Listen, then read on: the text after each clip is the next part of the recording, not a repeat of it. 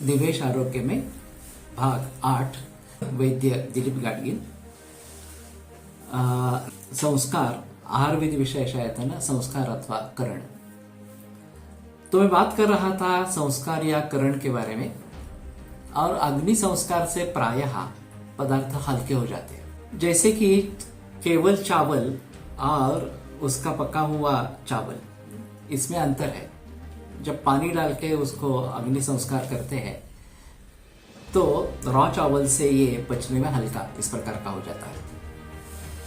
उसी प्रकार से कोई भी चीज अगर उसको पकाया जाता है, भर्जन किया जाता है, तो वो थोड़ी हल्की होती है। इसमें एक श्लोक प्रचलित है, कुकूल खरपर भ्राष्ट्र तद्वंगार विपाचितान एकयोनीन लघुन विद्यात अपूपान उत्तरोत्तर। कुकूल यानी कि बाष्पस्वेद। जैसे कि हम इडली बनाते हैं, ढोकला बनाते हैं या फिर मोदक बनाते हैं, तो इसमें पानी की भाप बनती है और फिर उसके आधार पर पचन होता है। ये तुलनात्मक दृष्टि से थोड़े गुरु होते हैं। अग्नि संस्कार से लघुत्व आ जाता है, लेकिन फिर भी आगे वाले जो है खरपर भ्राष्ट्र वगैरह, उनके हिसाब से ये पचन में थोड़े गुरु इस प्रकार के हैं।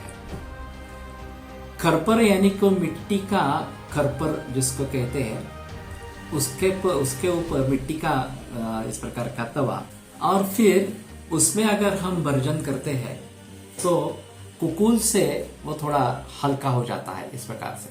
उससे भी अगर भ्राष्ट्र यानी कि लोहे का तवा जो है, वो उस पर अगर हम रोटी बनाते हैं तो वो और हल्की होती है इस प्रकार से। इसमें एक बात ध्यान में रखनी है कि लोहे का तवा सबसे अच्छा है। अभी बीच में ये एल्यूमिनियम के तवे भी आ गए, लेकिन एल्यूमिनियम रोजाना इस्तेमाल के लिए ठीक नहीं है। खासकर डिमेंशिया और अल्जाइमर, इनका एल्यूमिनियम एक कारण है। तो एल्यूमिनियम के बर्तन को नहीं लेना है, एल्यूमिनियम के तवे को भी नहीं लेना है, लोहे का तवा इसमें प्रयोग कर सकते हैं। कंदू यानी कि तंदूर रोटी जिसमें बनती है, जिसको हम आवा इस प्रकार से कहते हैं, और उसमें रोटी चिपकाई जाती है अंदर से, और फिर वो अग्नि पर संस्कार अग्नि का उस पर संस्कार होता है। तो ये भ्राष्ट्र से भी ज्यादा हल्का इस प्रकार का हो जाता है।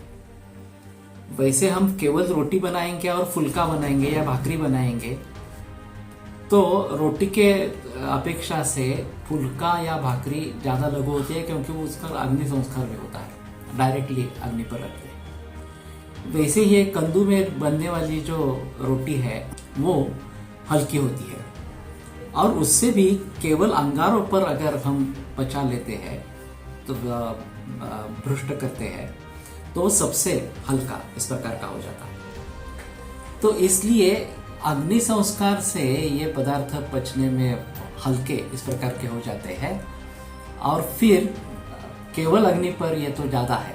इसी प्रकार बारबेक्यू के बारे में सोच सकते हैं कि बारबेक्यू में साक्षात अग्नि पर पचन किया जाता है और वो सबसे लघु इस प्रकार का मांस बनता है। अग्नि संस्कार में अभी काफी परिवर्तन आ गए। पहले जमाने में चूल्हा या फिर कोयले पर अग्नि संस्कार किया जाता था, लेकिन उसमें काफी दिक्कतें हैं। धुएं का खतरा इस प्रकार का है, और उसके बेहतर ये आज का गैस है,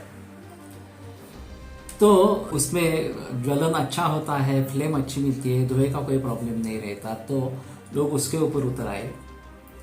फिर इंडक्शन स्टोव और फिर माइक्रोवेव ये भी प्रचलन में आ गए।